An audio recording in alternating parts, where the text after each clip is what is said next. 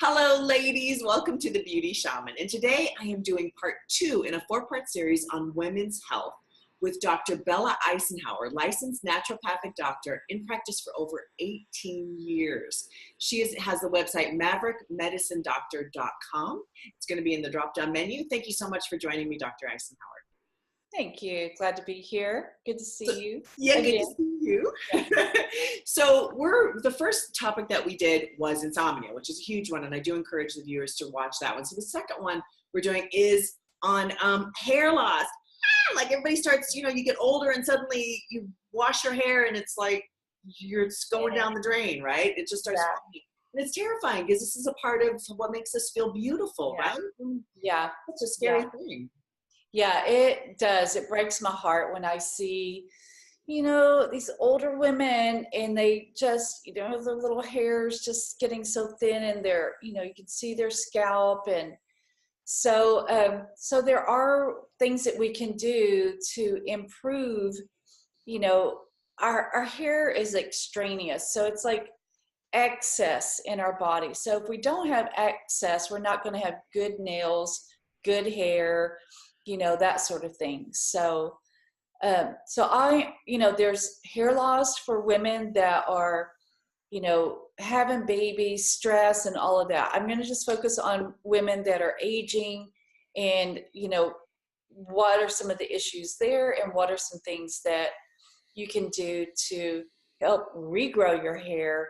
And, it's not Rogaine and it's not spray on. Also, is it a menopausal thing? Like, is that something that is typical with menopause, or is that just an age thing? Like, is that connected? Well, yeah, they're hand in hand. Menopause, aging, hair loss. Yeah. Right. Okay. And my great grandmother, she had a head full of hair till she was, her demise, in her late 90s. So, hereditary, great genes is very beneficial, but you got to have good genes. And, I say there's a genetic tendency. You can either have genetically great hair or genetically not great hair, but it's just a tendency. So there's things that you can do to either make a great hair gene not good or a not so good gene, improve it, basically, with your diet, lifestyle, and some intervention. So let's talk about diet and lifestyle with hair loss. Like, how does that influence it? Maybe, what is, like, are they both equal amounts of influence, or like, what are some, let's talk about that a little bit. Did you say diet and exercise? Diet and exercise, yeah, because that's kind of the two. Well, okay, let's talk about diet first. Lifestyle. I think you said diet and lifestyle. Lifestyle, yes, yeah. So basically, as women start to age, I see this often. It's like women don't eat enough, really, because they feel like they're going to gain weight too. So, so they start eating less, and I see them starting to eat less protein, less good fats, because they think they're going to, get fat, for one thing. So that's one of the first things I say, get back into your diet, good proteins. I mean, hair is protein, basically. So getting, if you're vegan, get your walnuts, your beans, your avocados. I've got a list here. Vegetarian, pescatarian, get wild-caught salmon, sardines. All of those things are great for good, strong, lustrous hair, basically. And then your good fats, your omega-3 fatty acids is going to make your hair more lustrous, basically, and your skin softer as well. So those are good dietary things. And then, exercise improves circulation, that microcirculation. And I use things in my practice to help, push that blood through the capillaries to nourish the follicles. The hair follicles, it's like the body doesn't really need hair. It's going to go and work on other parts of, use protein to build, connective tissue around the heart or wherever predominantly. And so it will let hair fall out in order to, preserve life in the body. So getting, I say like 3 ounces 3 times a day of good protein, basically. And this is all on my Maverick Medicine Protocol website that you're linking below so that people don't have to remember this and they can go and read it. Yeah, I'll definitely have it in the drop down so all the viewers can easily just see that. So all of you watching, Okay. So lots of protein. I mean, that's interesting that that's so key. And I think you're right. As we get older, we feel like we've gained weight, which is going to be another one of our videos that we're going to cover is weight gain. But you're saying, no, get the protein in. That's the key on all, like 3 ounces 3 times a day. That's a lot of protein. Yeah. Well, it is. It's kind of like your fist size, pretty much, and, I just figure the average woman is about, a good 3 ounces basically. But, if they are, an athlete and what have you, then of course, their diet's different. But okay, and so in good fat, so like a tablespoon per meal of it, some good fat, avocado, walnuts, olive oil, flax oil, sardines. Sardines, there's a long story, but there's an old man that said, I guess, like you would live forever if you ate a can of sardines a day, with the bones, with the fat, and it's true. It's a really good, complete food.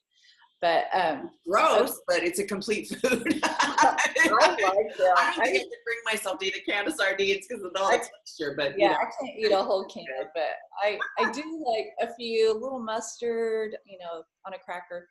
Yeah. No, I don't want that on my cracker. I really don't. But that's okay. Okay, so good fats, protein. Yeah. I wanted to look at other fats. So ghee, nut butters, things like that. That's, it's always to get good fat in. Okay. Right. And good fat does not make you fat. And protein, we'll talk about this in the next protocol. Protein increases glucagon, which is your fat burning cells. So in order to digest protein, you need energy, you need calories. So it brings insulin level down and brings glucagon up.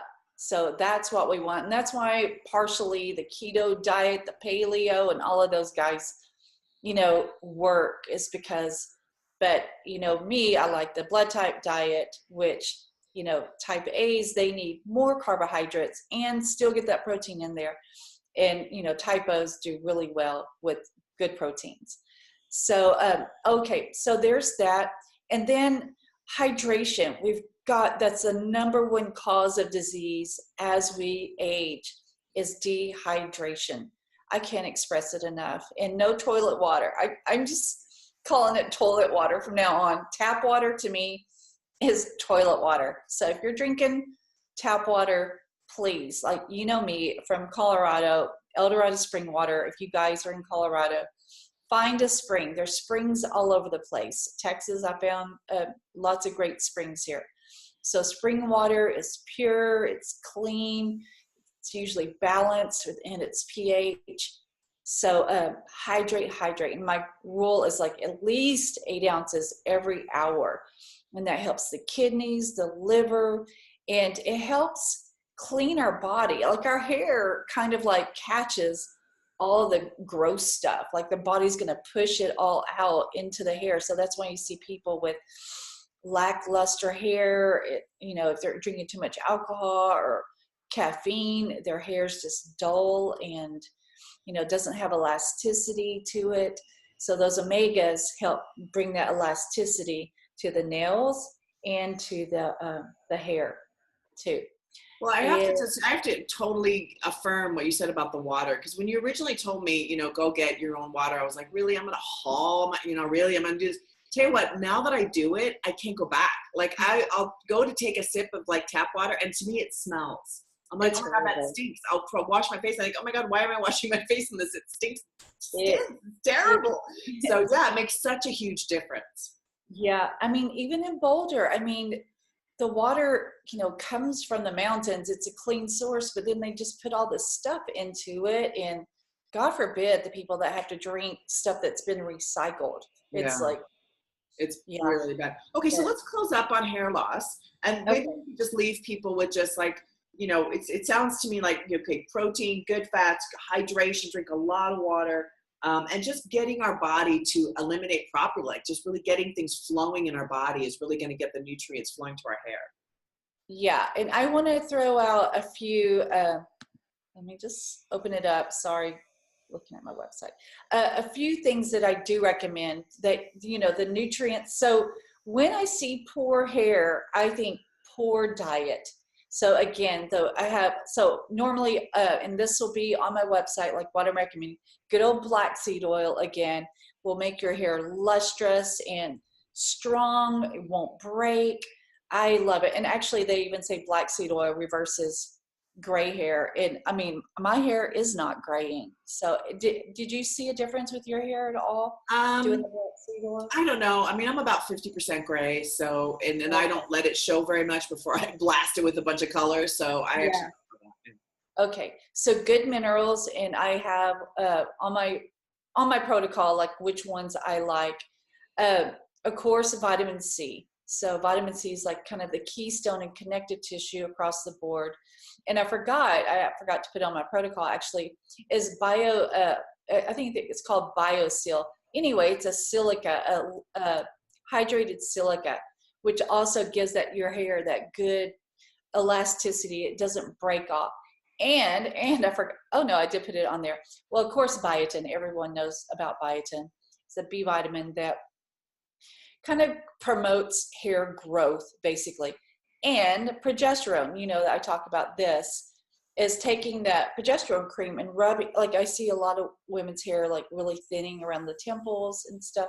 So rubbing that progesterone cream into the hairline, on the eyebrows, on the eyelashes, and you will see them grow back, as well as castor oil. You could do the same thing. It's just dilute the castor oil, say with jojoba oil, the night before, and give the head a good massage. That's helpful. So, and there's other things on my protocol that people can take a look at. Awesome. Well, thank you, Dr. Eisenhower, for this. So I think what people need to do is go to your website of maverickmedicinedoctor.com. That's in the drop down to really see these protocols really spelled out, and also go to my website, to my blog post. I'll put some links and information from the interview. So thanks very much, Dr. Eisenhower. You're welcome. My pleasure. And thank you. Yeah. And thank you, ladies, for joining me. And please stay tuned for the next 2 in the series on women's health. Thank you for watching.